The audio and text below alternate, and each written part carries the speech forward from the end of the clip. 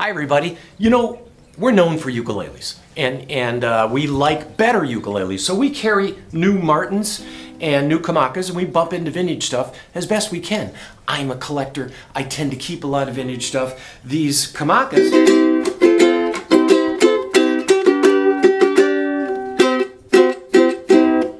are beautiful instruments. They're made in Hawaii, and Kamaka is to ukuleles what Martin is to guitars, but Martin is to ukuleles what Martin is to ukuleles? Yeah, anyway, this is a really nice pin bridge tenor Martin ukulele that is part of our collection, and these are decorated rather lightly. They did make a few of these in fancier models in tenors, and you'll see on our website one of the rarest tenors of all, the D45 pre-war tenor ukulele from Martin, and it is one of 9. Here is something that I think is one of 1, and this is a Martin baritone ukulele in its original case. And this just came to me from a collector. And what's interesting about this is this headstock. Look at that, and then the inlay. This is a pattern, patterned after an old O45 with this snowflake inlay and then this torched headstock. I mean, that is something that you just don't find. I have never seen it before. I've never seen a picture of it. Before I brought in to do this video, I looked through all my books and all my records. I asked all my friends that do ukuleles. No one's ever seen one before. They heard rumors of a Japanese company that had done a run of these, but no one has ever seen one before. I've never seen one. I've never seen a picture of one, and I'm a nerd. I collect ukuleles, and I think the study of ukuleles, the study of pre-war vintage Martins, is seen through the eyes of the ukulele. During the Great Depression, the ukulele saved Martin. The company was saved by being able to make just cheap instruments to feed the masses that really wanted to play musical instruments. This is a baritone, so it's tuned like the top 4 strings of a guitar.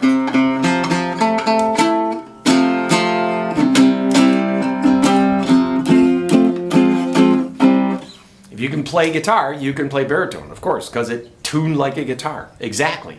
The top 4 strings, skip the D or skip the E and the A, and you got yourself.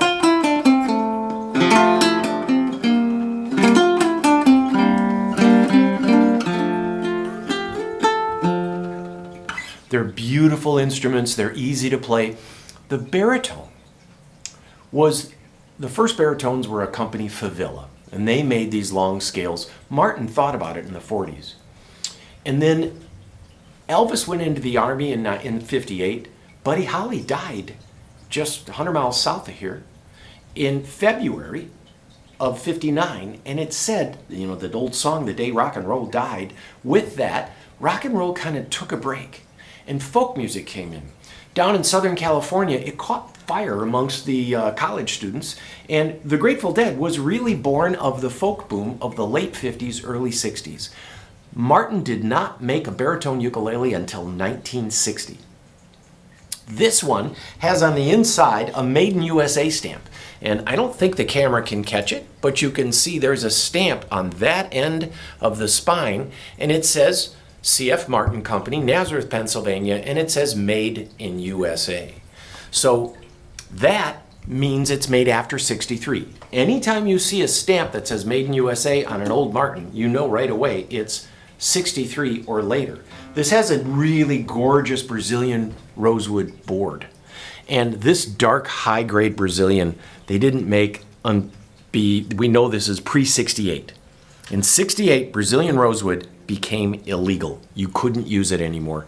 So they'd use up little stockholds, but no longer was Brazil sending anyone Brazilian rosewood because all those old trees were gone and they're 1,500 years old.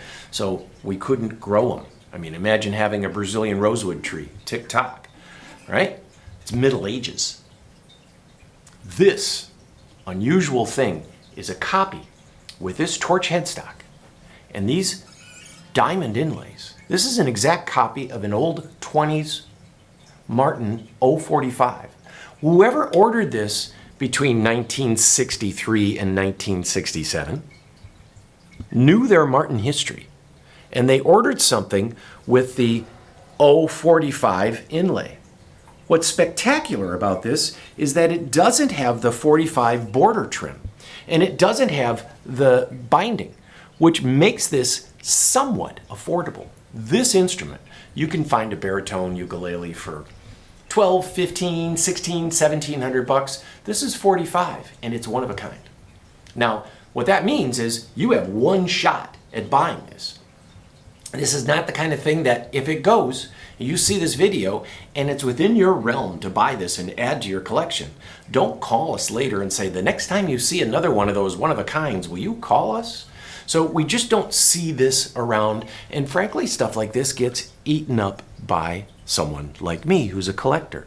And it's just so rare to see it, and it's so beautiful upon examination. It's got this nice 3-ply binding on the top, single-ply tortoiseshell on the back. It's a wonderful sounding instrument.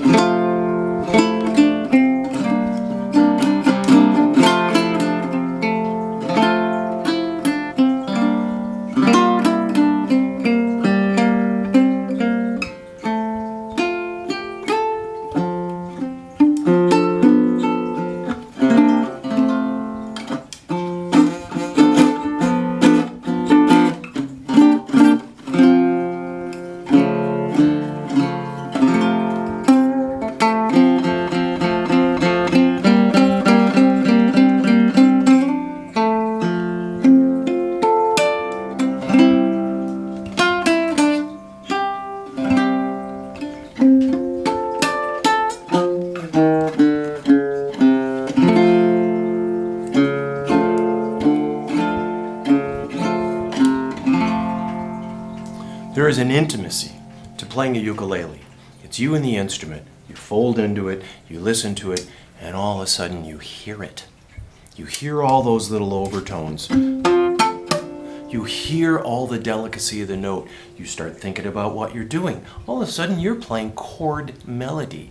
You just follow the chords and experiment with the fingering around the chord, and suddenly you are doing chord melody. This is a one-of-a-kind instrument. It comes with the original case. It's original hard shell. Somebody probably waited a year to get this as a special order. It does not show up in the shipping totals. There is records in Martin, and they don't talk about this. It wasn't done outside of the factory. This is factory inlay. This is a factory Brazilian board and factory frets. It's crack-free. There's a small little ding right there. See that? Oh, deal's off. No way, huh? I'm gonna wait for the next one. Yeah, okay, well, I think it's important to see this. If you're into ukuleles, I think this is an important thing. And we're gonna take one more lingering shot from the headstock down, and then I'm gonna thank everyone for their time. Don't forget to subscribe to us, and keep your eyes open. I promise to try to bring in more uke stories soon.